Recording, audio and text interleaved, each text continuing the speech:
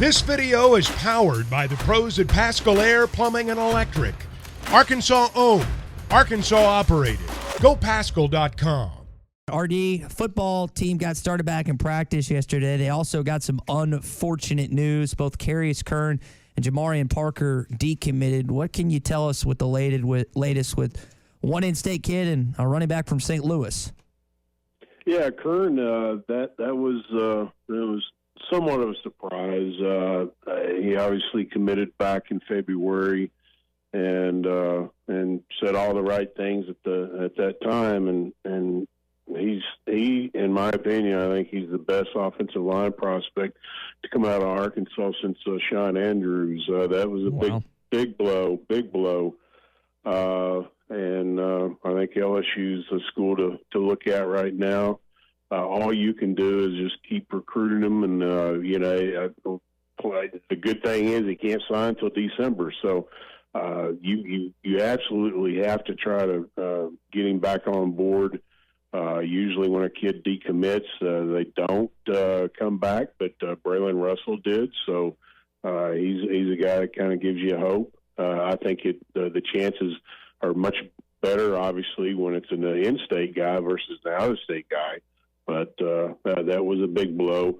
As far as Parker, that was not a surprise at all. I expected that at some point when Jimmy Smith left the staff, that he had been visiting other schools prior to that. I think some of that had to do with the 4-8 season last year, but just to cover his bases.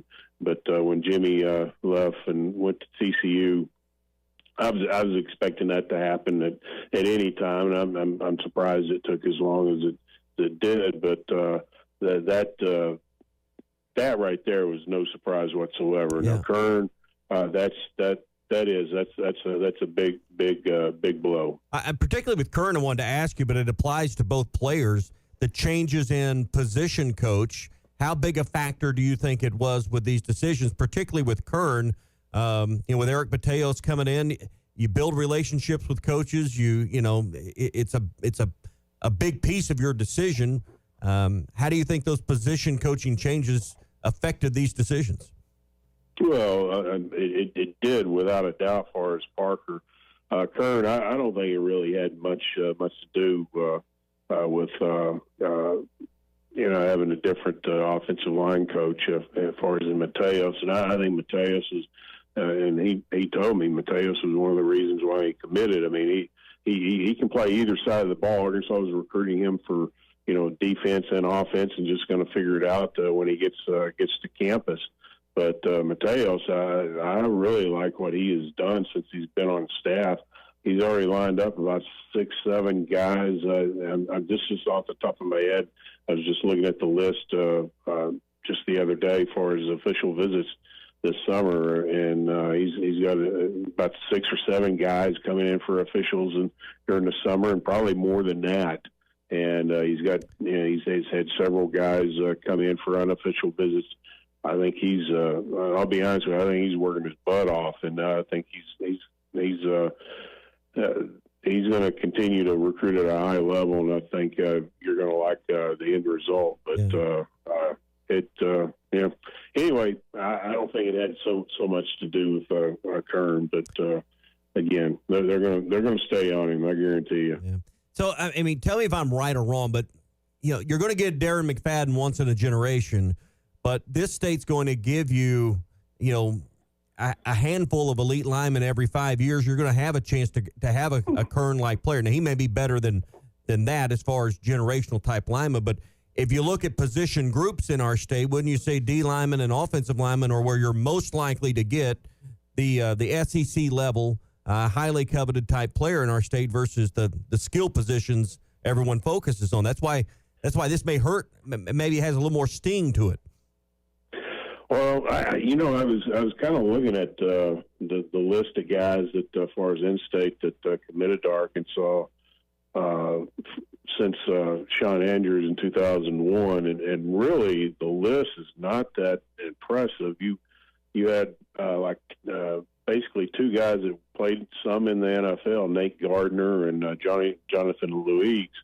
And then you had some others that were highly recruited but never really went beyond college since 2001. And it was maybe about 5 or 6 guys that were, that were, had really good careers at Arkansas. And so it's not offensive line is not a position that is very strong for in-state kids to come up and be big contributors at Arkansas. It's been mostly out-of-state offensive linemen that have come in and been big contributors, but defensive line may be a little bit better.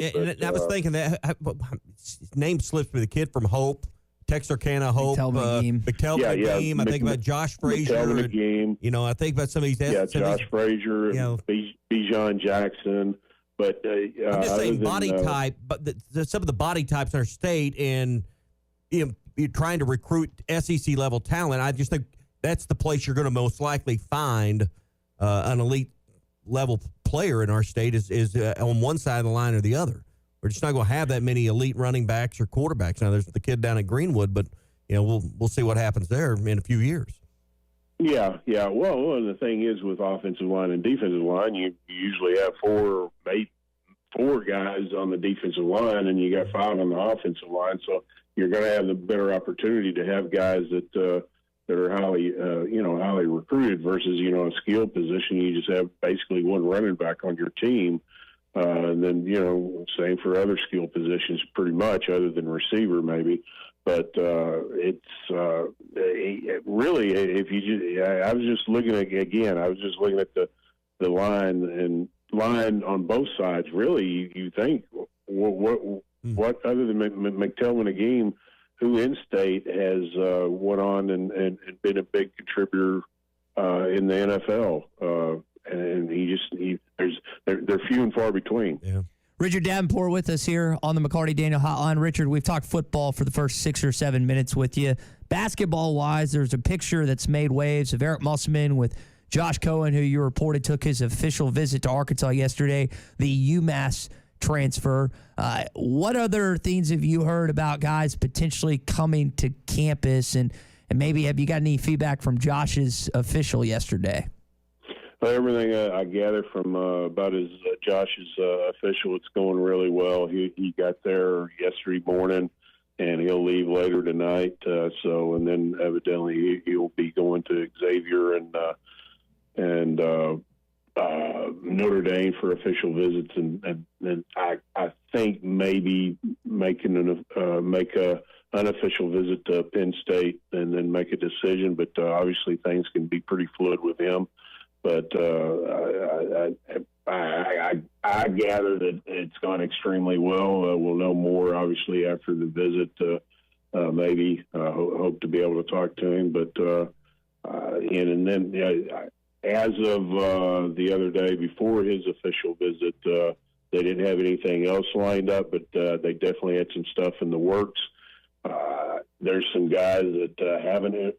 I know there's at least one guy that has not entered the portal yet that I expect to enter the portal, and I think there's going to be some mutual interest there. Obviously, can't say the name until the guy enters the portal for his sake. But I just think that I think you're going to start seeing maybe some more this weekend too. Richard, we've speculated that might have interest in other jobs. Does it make it more difficult to recruit kids to campus when that is maybe not public knowledge, but a public thought that a coach might be looking elsewhere to coach elsewhere?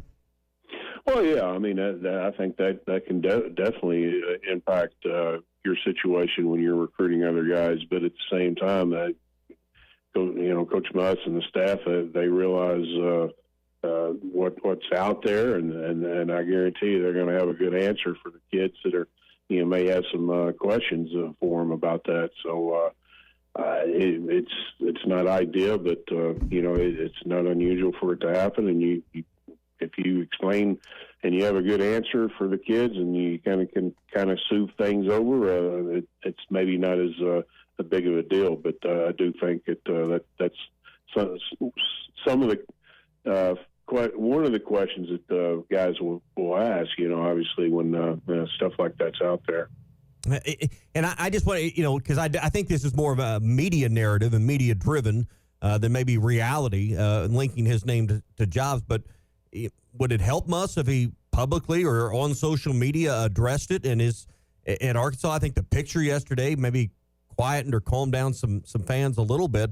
Or is that just something he needs to deal with one-on-one with the recruits as he has them in and talks to guys out of the portal? What would be your approach? It is out there a little bit, but I don't think it's. I don't. Sometimes if you address something that you make it a bigger situation, and I just tend to think that you just keep going along, and each coach's going to handle it different, and at least right now, Coach Musselman is.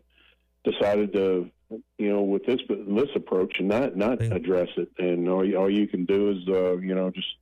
And I tend to agree with you.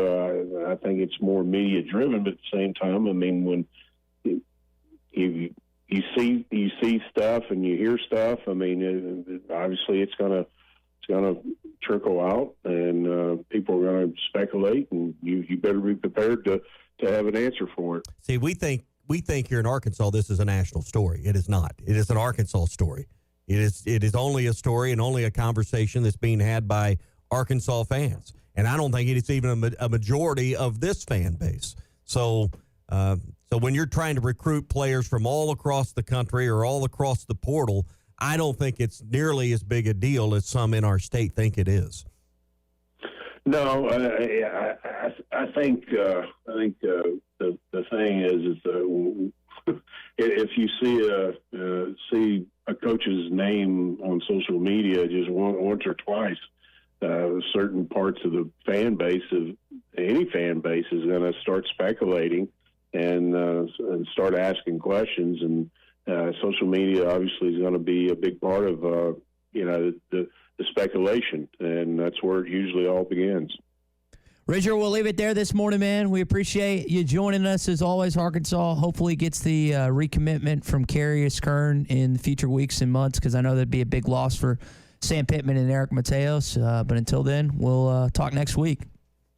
All right, guys, and it was Ben Cowens and Kyle Cagney and Holtz on the cover. I remember that, and I got that. But yeah, they were number one as far as Sports Illustrated, but I don't think they were ever number one AP or UPI back then. BetOnline is your number one source for all your betting needs. Get the latest odds, lines, and matchup reports for baseball, boxing, golf, and more. BetOnline continues to be the fastest and easiest way to place your wagers, including live betting and your favorite casino and card games available to play right from your phone. Head to the website or use your mobile device to sign up today and get in on the action. Remember to use our promo code BELIEVE, that's BLEAV, for your 50% welcome bonus on your first deposit. Bet online, where the game starts.